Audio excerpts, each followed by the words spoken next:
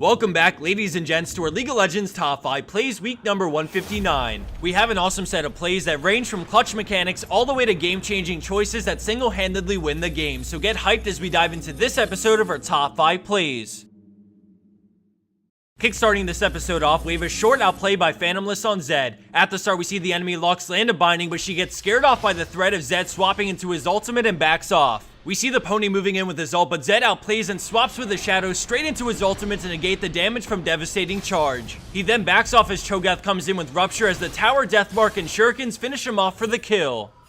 Let's check that out one more time as we see some quick moves from Phantomless to swap out of Hecarim's ult and then react quickly enough to ult the damage that would have surely been his demise.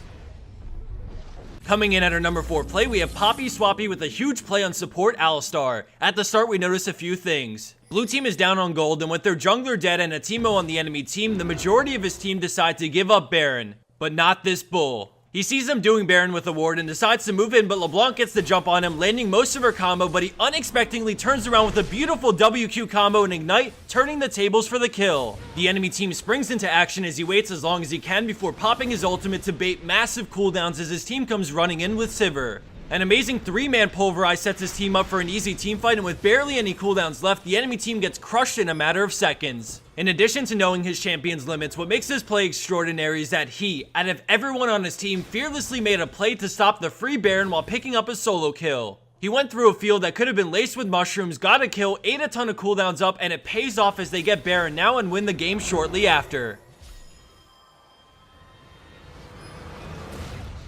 Landing in at our 3rd place spot for this week is Tank 4 Armo on Fizz with an Xpeke play when it matters the most. Right off the bat, we see him pick off the enemy Heimer after snaking his way through the enemy jungle, and with both teams going for each other's Nexus, the race begins. Fiddles tries to stall him because their Nexus is completely exposed, and we switch over to the enemy team as they work on taking down the inhib.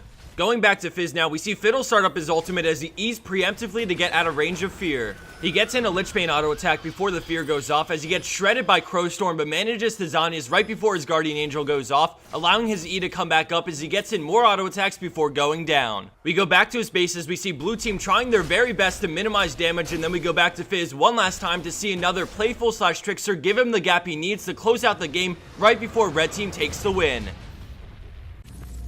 Man-lifing his way into 2nd place, we have Great Brown Ninja with a fantastic support play. In the beginning, we see an amazing catch on Ezreal despite the arcane shift straight into the box to lock them up as Ashe lands a nice arrow on Nami to get off tons of damage with the help of the tower. Great Brown Ninja slows down Ezreal with Exhaust as he moves over to ward for his AD carry, allowing Ashe to scoop up the easy kill. Now this is where things get fancy as we see him toss a lantern behind him, and right as Ashe takes the lantern, he flashes up closer to Ezreal. Many people don't know this, but if someone is in the middle of taking your lantern and you flash, it brings them all the way to you, meaning that you're both flashing for yourself and your teammate. As we unfreeze it, we see Thresh toss out his Q, landing the Mad Life hook on Ezreal, and with Ashe there for follow-up thanks to the flash from Great Brown Ninja earlier, she scores the double kill in this play.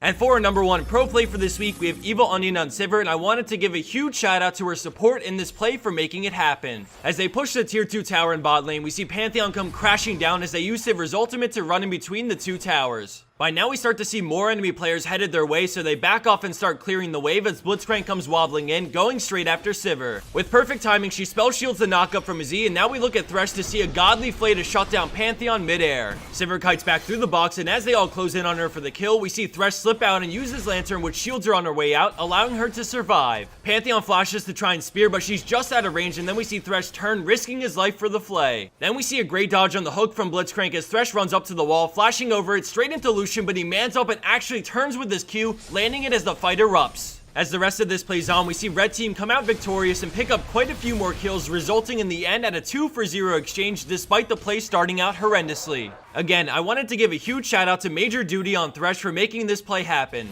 Although the graphic in this play read Sivir's name because she submitted the play, they both deserve an equal amount of credit for synergizing so well with each other and using teamwork to turn a grim situation into a benefiting play.